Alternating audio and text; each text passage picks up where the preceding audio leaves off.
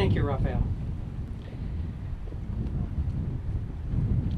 At this time, I would like to acknowledge all the survivors and their families, or any of the family members of people who were killed at Port Chicago. If you could either stand or raise your hand.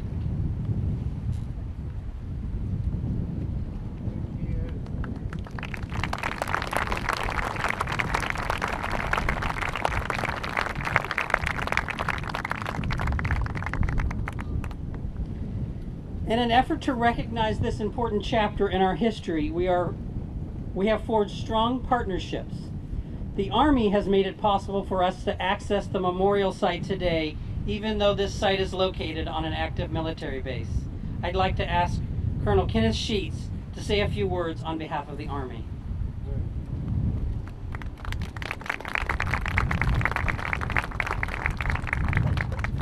Good morning. This was a larger crowd than last year, and a little cooler this year than last year. I remember sweating.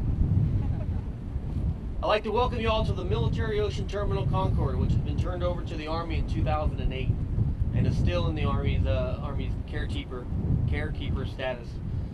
And this little piece of the National Park Service is the only national park inside an active installation in the United States Army.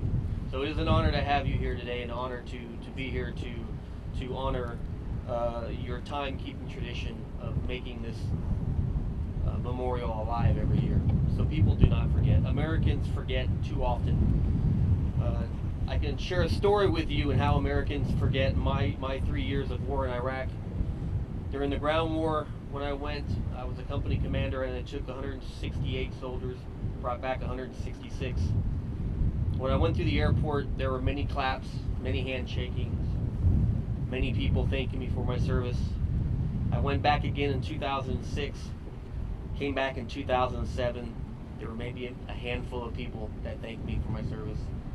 I went back for my third time in 2008, came back in 2009, and only one person thanked me for my service. America does forget. But it takes moments like this for America to stop and say, we don't forget. We will not forget.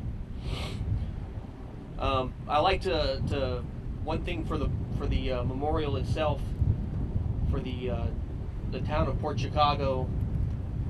Not today, but another day. I do have one artifact that's in a grove of trees. That is a little concrete table with a little baby's imprint on it. That was from the town of Port Chicago. So if you're more than welcome want it, you're more than welcome to have it. I only got a year left, so when I leave, that offer is gone.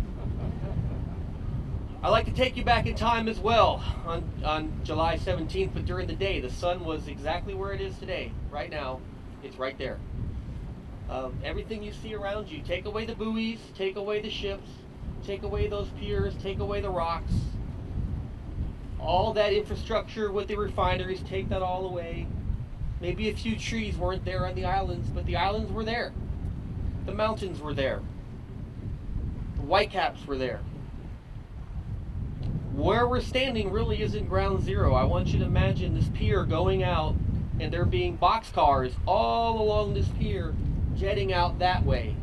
And that's where the two ships were at. I want you to imagine sailors sitting here smoking cigarettes, just talking bad about the officers, as soldiers and sailors do. But they were sitting right here smoking, and over there they were unloading bombs from boxcars, not with forklifts, but by hand with makeshift wooden ramps and rolling them out. I want you to imagine all that, because that was 1944, 1942. That's how it was done. Today, things have changed. Today, when we do munitions, it takes 3 months of training. You're given protective gear. You're required to do annual training every year. That wasn't the case back then. The case back then was load ammunition, load ammunition, load ammunition, get it out there, get it to the fight, no matter what. And what happened was, like all things, when you take away safety and you take away the things that matters, it will come and haunt you in the end. And it did on July 17th at 10:40 p.m. So I like you to just imagine that setting when you're here today, And imagine the men are right here with you, smoking and unloading ships and loading ships. And enjoy your day in a very nice California cool Saturday morning. Thank you.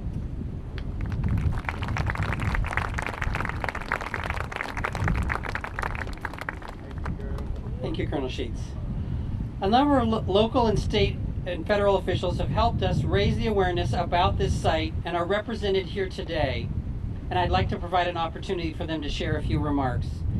As many of you know, Congressman George Miller was instrumental in moving the legislation establishing this as the 392nd unit of the National Park Service. Today, Congressman Miller was not able to join us, but Elise Bauer is here from his office and she'd like to share a few words. And Chanel Scales Preston is also here from his office, joining us today.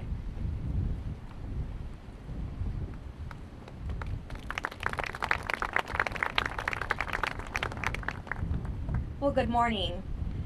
It's a beautiful day, a little windy, but it's certainly an honor to be here with everyone on behalf of Congressman Miller.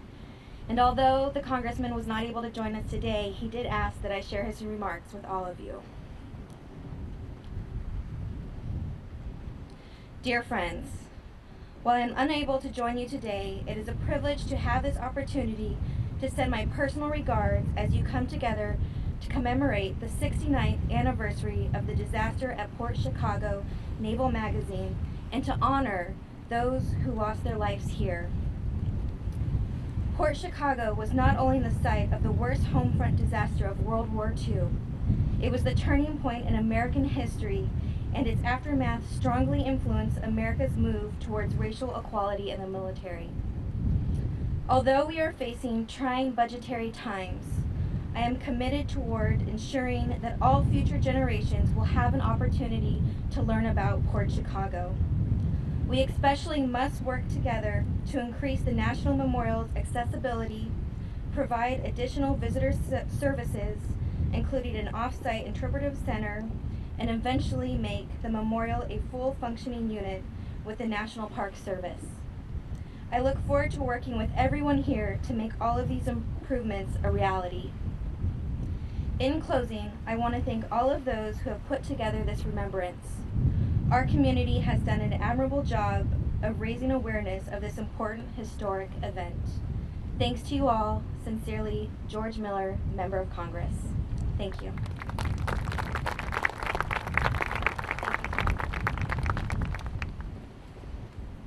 Thank you, Elise.